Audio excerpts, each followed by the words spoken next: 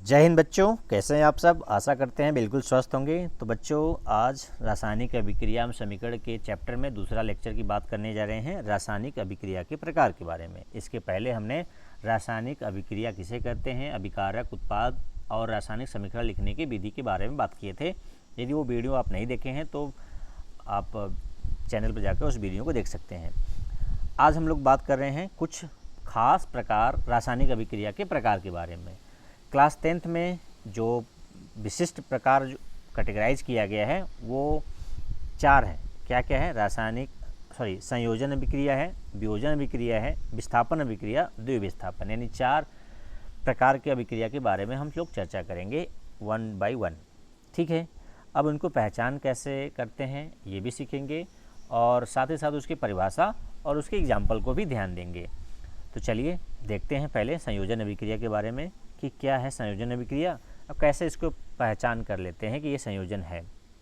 तो संयोजन को इंग्लिश में कम्बिनेशन रिएक्शन भी कहते हैं और इसको हम योगात्मक अभिक्रिया भी कह सकते हैं, यानी एडिशन रिएक्शन भी कह सकते हैं। क्यों? क्योंकि इसमें पदार्थों का योग होता है। तो इसका परिभाषा देख लीजिए, फिर आप योगात्मक कहिए कि संयोजन करिए, दोनों कह सकते हैं। एक ऐसी अभिक्रिया जिसमें 2 या 2 से अधिक पदार्थ या अभिकारक, ध्यान दीजिए, अभिकारक को मैं पदार्थ भी बोल सकता हूँ, अभिकारक भी बोल सकता हूँ। केमिस्ट्री के टर्म में अभिकारक कहिए और ऐसे पदार्थ भी कर सकते हैं। तो ऐसी अभिक्रिया जिसमें 2 या 2 से अधिक अभिकारक मिलकर एक उत्पाद बनाते हैं। कितना उत्पाद बनेगा? एक उत्पाद बनाते हैं, तो उसे संयोजन अभिक्रिया कहते हैं। ध्यान दीजिए, कितना भी अभिकारक मिले उत्पाद कितना बनेगा? एक बनेगा, तो अब उसे संयोजन अभिक्रिया या योगात्मक अभिक्रिया कहेंगे। ठीक है, अब इसका एग्जाम्पल के लिए हमने क्या लिया है? एक एग्जाम्पल जनरल टर्म लिया है कि मान लीजिए कि 2 पदार्थ ए और बी हैं, दोनों मिल गए, साथ में आ गए तो ए भी बन गया। तो यहाँ देखिए 2 पदार्थ मिलकर एक सिंगल उत्पाद बना रहा है, इसलिए योगात्मक अभिक्रिया का एक जनरल एग्जाम्पल है। ठीक है, अब इसी तरह से रियल एग्जाम्पल लेकर बात करें तो आप जानते हैं कि कार्बन जो कि ग्रेफाइट में होता है, हीरा में होता है और कहाँ होता है? C60 फ्लोरीन में होता है, प्योर रूप में। ऐसे तो कोयले में भी होता है, लकड़ी में होता है। ठीक है, कोयला, लकड़ी और टायर, यानी बहुत ऐसे अब इसके सोर्स हैं जिसमें कार्बन पाया जाता है। लेकिन शुद्ध रूप में बात करें तो पेंसिल जो होता है ग्रेफाइट है, हीरा है और C60 फ्लोरीन, ये शुद्ध रूप में कार्बन हो जाता है, पाया जाता है उसमें। अब ये ऑक्सीजन के साथ यदि जलता है तो बनाता है कार्बन डाइऑक्साइड। तो आप जानते हैं कि यहाँ पर 2 पदार्थ मिलकर एक उत्पाद बना, इसलिए योगात्मक का उदाहरण है। दूसरा एग्जाम्पल आप देखिए, हाइड्रोजन और क्लोरीन गैस मिलकर HCl बना रहा है, हाइड्रोजन क्लोराइड गैस। यहाँ पर हाइड्रोजन गैस, क्लोरीन गैस मिला, एक उत्पाद HCl बना, इसलिए योगात्मक का उदाहरण है। और अगला एग्जाम्पल देखेंगे कि आप कली चूना को पानी में डालते हैं तो खौलने लगता है और क्या बना लेता है? खौलने का मतलब पानी गर्म हो जाता है। पानी गर्म होने का मतलब वो रिएक्शन हो जाता है, वहाँ पर क्या बन जाता है? कैल्शियम हाइड्रोक्साइड, और उसके साथ साथ ऊष्मा निकलता है, इसलिए पानी खौलता हुआ या हमें गर्मी का एहसास होता है। कि जब हम दीवारों पर चूना करने के लिए कली चूना बाज़ार से लाते हैं तो उसको कली चूना बोलते हैं। कौन से चूना बोलते हैं? कली चूना। अब इसको पानी के साथ भिगो देते हैं, यानी ये क्रिया कर लेता है, तो कैल्शियम हाइड्रोक्साइड बूझा चूना हो जाता है। इसको दीवारों में पोत देते हैं। इसकी पुताई के बाद कुछ दिन छोड़ने के बाद ये कैल्शियम कार्बन डाइऑक्साइड से क्रिया करके कैल्शियम कार्बोनेट बना लेता है, जो सफ़ेदी का कारण है। यानी दीवार जो सफ़ेद दिखते हैं वो ज़्यादा सफ़ेदी कैल्शियम कार्बोनेट के कारण दिखता है, क्योंकि कैल्शियम हाइड्रोक्साइड वायुमंडलीय कार्बन डाइऑक्साइड के साथ रिएक्ट करके कैल्शियम कार्बोनेट बना लेता है। ठीक है, लेकिन यहाँ पर ध्यान देना है, यहाँ पर जब हम चूने को पानी में डालते हैं तो ऊष्मा भी निकलता है, इसलिए यह योगात्मक अभिक्रिया के साथ ही साथ ऊष्माक्षेपी अभिक्रिया का भी उदाहरण है। हम ऊष्माक्षेपी और ऊष्माशोषी अभिक्रिया का उदाहरण बाद में बात करेंगे। पहले हम यहाँ मुख्य रासायनिक अभिक्रिया के बारे में चर्चा कर रहे हैं। अगला एग्जाम्पल देखेंगे आप कि जल जो बनता है वो किसके संयोग से बनता है? हाइड्रोजन और ऑक्सीजन के संयोग से बनता है, इसलिए संयोजन अभिक्रिया का उदाहरण है। ये बताइए, ये जो पानी बना है ये संतुलित है कि असंतुलित? मुझे कमेंट बॉक्स में लिखिए। और संतुलित करने के लिए पानी में कितना का मल्टीप्लाई करेंगे, कमेंट करके आप बता सकते हैं। अगला वियोजन अभिक्रिया, अवघटन, इसी वियोजन अभिक्रिया को अवघटन अभिक्रिया भी कहते हैं, इसको इंग्लिश में डिकम्पोजिशन रिएक्शन कहते हैं। तो आपने अभी देखा योगात्मक अभिक्रिया या संयोजन अभिक्रिया, योगात्मक को ही संयोजन अभिक्रिया कहते हैं, जिसमें 2 पदार्थ मिलकर एक पदार्थ बना। अब वियोजन अभिक्रिया ठीक इसका उल्टा होगा कि एक पदार्थ टूटकर दो पदार्थ या दो से अधिक पदार्थ बन सकते हैं। तो यहाँ परिभाषा सरल है, क्या परिभाषा लिख सकते हैं?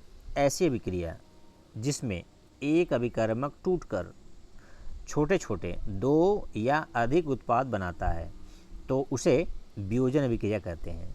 ठीक है, यानी योगात्मक अभिक्रिया या संयोजन में जुड़ता है, दो या दो से अधिक जुड़कर एक बनाता है। यहाँ पर एक टूटकर दो या दो से अधिक पदार्थ या उत्पाद बनाता है। तो जैसे एग्जाम्पल के रूप में हमने ले लिया है कि मान लीजिए ए बी कोई अभिकारक है, ये टूट गया। टूटा कैसे भाई? ऊष्मा देकर या हीट देकर तोड़ेंगे तो इसको दो रूप में बन गया ये ए और बी, तो यहाँ दो उत्पाद बन गया। इसलिए योगात्मक का एक जनरल उदाहरण लिख सकते हैं। लेकिन हम और रियल एग्जाम्पल लेंगे। यहाँ पर मैंने 3 कॉन्स्टिट्यूएंट वाला पदार्थ लिया है जिसमें 3 पदार्थ भी बन सकता है, तो हमने बोला कि 2 या 2 से अधिक पदार्थ भी बन सकता है टूटने के बाद। अब रियल एग्जाम्पल की बात करते हैं। तो रियल एग्जाम्पल में क्या है? चूना पत्थर है, कैल्शियम कार्बोनेट, इसको ऊष्मा देंगे। ऊष्मा यानी तापमान के रूप में तापमान बढ़ाएंगे। अच्छा, ऊष्मा को सिंबॉलिक रूप से हम ऐसे डेल्टा लिख सकते हैं, त्रिभुज बनाकर लिखते हैं, तीर के नीचे या ऊपर लिख सकते हैं। ये ऊष्मा या हीट का पहचान है। अब ये कैल्शियम कार्बोनेट क्या हो जाता है? चूना, काली चूना में और कार्बन डाइऑक्साइड में टूट जाता है। तो ये क्या हुआ? यहाँ क्या हुआ? वियोजन हुआ। कैसा वियोजन हुआ? ऊष्मा द्वारा दिया गया वियोजन।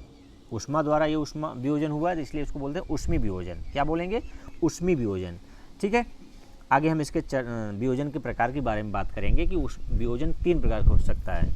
ऊष्मा द्वारा हो रहा है तो ऊष्मी वियोजन, यदि विद्युत द्वारा हो तो विद्युत वियोजन, और यदि आपका प्रकाश द्वारा हो रहा है तो प्रकाशीय वियोजन कहते हैं। तो ये 3 प्रकार के वियोजन के बारे में आगे हम चर्चा करेंगे। तो यहाँ पर दूसरा एग्जाम्पल ले लेते हैं। आयरन सल्फेट यानी फेरस सल्फेट जिसे बोलते हैं, उसको हीट देंगे, गर्मी देंगे या उसको गरमाएंगे एक निश्चित तापमान पर, तो ये क्या बन जाएगा? फेरिक ऑक्साइड और सल्फर डाइऑक्साइड और सल्फर ट्राइऑक्साइड। तो यहाँ आप देख रहे हैं कि एक पदार्थ कितने पदार्थ में टूट रहा है? 3। हमने आपको बताया परिभाषा में कि एक पदार्थ टूटकर 2 या 2 से अधिक पदार्थ बनता है तब वियोजन अभिक्रिया या अपघटन अभिक्रिया कहलाता है। तो यहाँ भी ऊष्मा द्वारा हो रहा है, इसलिए यह भी ऊष्मी वियोजन है। ठीक है, और यहाँ पर एक विशेष बात है कि इसमें इसका रियल यदि फार्मूला देखा जाए फेरस सल्फेट का, तो रियल फार्मूला आपको देखने को इस तरह मिलेगा, FeSO4.7H2O। क्या मिलेगा? 7H2O।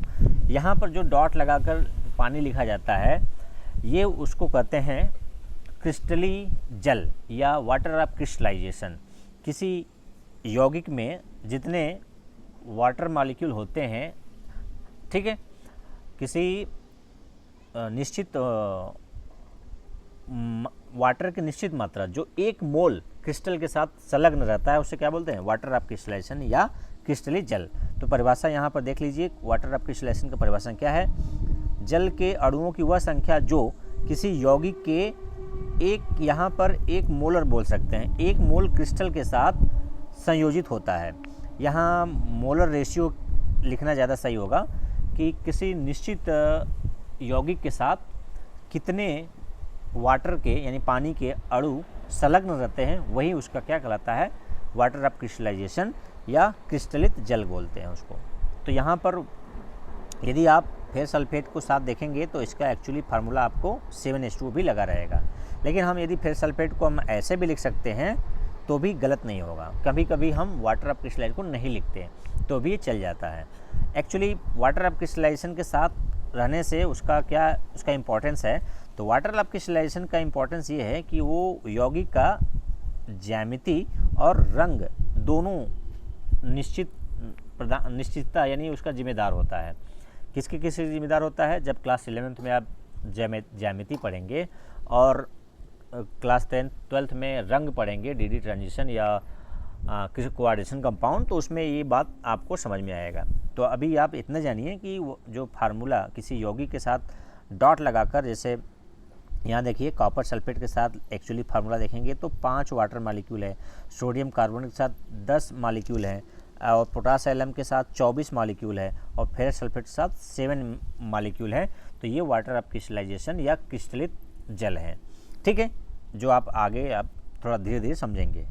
आगे हम बात करते हैं कि डीकम्पोजिशन रिएक्शन जो हुआ है उसके दो एग्जाम्पल में हमने कैल्शियम कार्बोनेट का डीकम्पोजिशन देखा और फेरस सल्फेट का।